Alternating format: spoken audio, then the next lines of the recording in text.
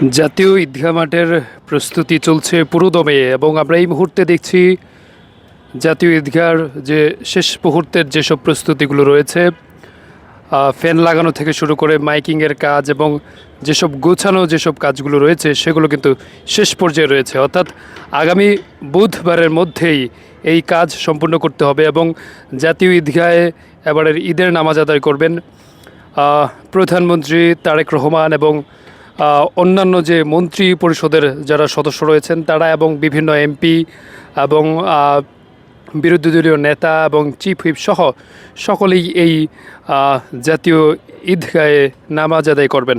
এবং আরেকটি বিষয় হচ্ছে, আমরা দেখেছি গত রোজার ঈদেও এই ঈদগাহে প্রথমবারের মতো নামাজ আদায় করেছেন প্রধানমন্ত্রী তারেক রহমান এবং দ্বিতীয়বারের মতো এবার এই ঈদুল আজহায় নামাজ আদায় করবেন। এবং আমরা দেখছি যে পুরো যে প্রাঙ্গণটি যে রয়েছে একেবারে জাতীয় ঈদগাহর যেখানে ভিভিআইপি অর্থাৎ অবস্থান এবং যেখানে প্রধানমন্ত্রী এবং মন্ত্রী পরিষদের সদস্যরা এবং অন্যান্য যারা থাকেন তারাই কিন্তু এখানে বসতে পারেন এবং এছাড়া অন্যান্য যে জায়গাগুলো রয়েছে সেই জায়গাগুলোতে সাধারণ যারা মুসল্লি রয়েছেন তারা কিন্তু সেই জায়গাগুলোতে বসেন।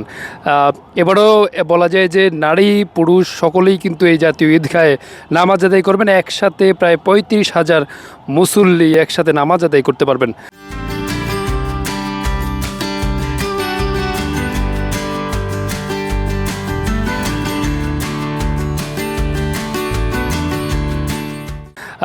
আমরা দেখছি যে প্রধান যে ফটক এবং যে জায়গাটি রয়েছে এবং যেখানে মেম্বার রয়েছে সেই জায়গাটিতে ফ্যান থেকে শুরু করে এসি লাগানো বিভিন্ন যে কাজগুলো রয়েছে সেই কাজগুলো কিন্তু চলছে এবং আগামী বুধবারের মধ্যেই কাজ শেষ করা হবে, অর্থাৎ আগামীকালের মধ্যেই কাজটি শেষ করতে পারে এমনটি কিন্তু তারা বলছেন। এবং আমরা অনেকের সাথে কথা বলেছি, এই পাশে লাগানো হচ্ছে ফ্যানগুলো লাগানো হচ্ছে একেবারে সকল মুসল্লি যেন তীব্র যে ভ্যাপসা গরম সেই গরমের মধ্যে থেকে যেন নামাজ আদায় কোনো কষ্ট না হয় এবং পুরো জায়গা জুড়ে অজুখানা থাকবে এবং মহিলাদের জন্য আলাদা অজুখানা এবং নামাজের ব্যবস্থা কিন্তু থাকবে, এমনটি কিন্তু তার জন্য কিন্তু পুরোপুরি প্রস্তুতি কাজ কিন্তু চলছে জাতীয় ঈদগাহ ময়দানে।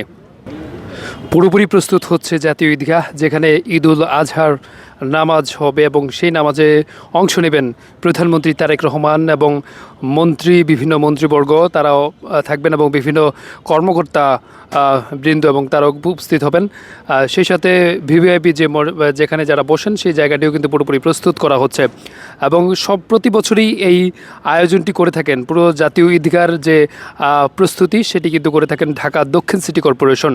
এবারও রয়েছেন ঢাকা দক্ষিণ সিটি কর্পোরেশনের যিনি প্রশাসক রয়েছেন আব্দুল সালাম, তারই নেতৃত্বে এবং তারই নির্দেশনায় বিভিন্ন বিষয়গুলো কিন্তু বিভিন্ন যে এবারে কিছু কিছু জায়গায় কিন্তু পরিবর্তন আনা হয়েছে এবং আমরা দেখছি যে সিসি ক্যামেরা, র্যাবের কন্ট্রোল রুম এবং স্বাস্থ্য বিভাগ থেকে শুরু করে সকল কিছুই কিন্তু এই ঈদগাহ ময়দানে সুযোগ সুবিধা থাকবে মুসল্লিদের জন্য।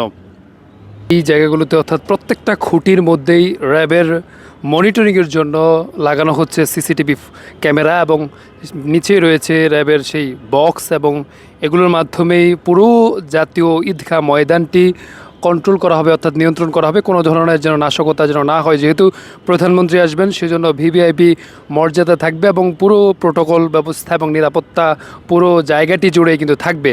শুধুমাত্র জায়নামাজ ছাড়াও অন্য কিছু আনতে পারবেন না জাতীয় ঈদগাহে, এমনটি কিন্তু জানানো হয়েছে পুলিশের থেকে এবং কয়েক স্তরের নিরাপত্তা জোরদার করা হবে এই জাতীয় ঈদগাহর আশেপাশের এলাকাগুলোতে।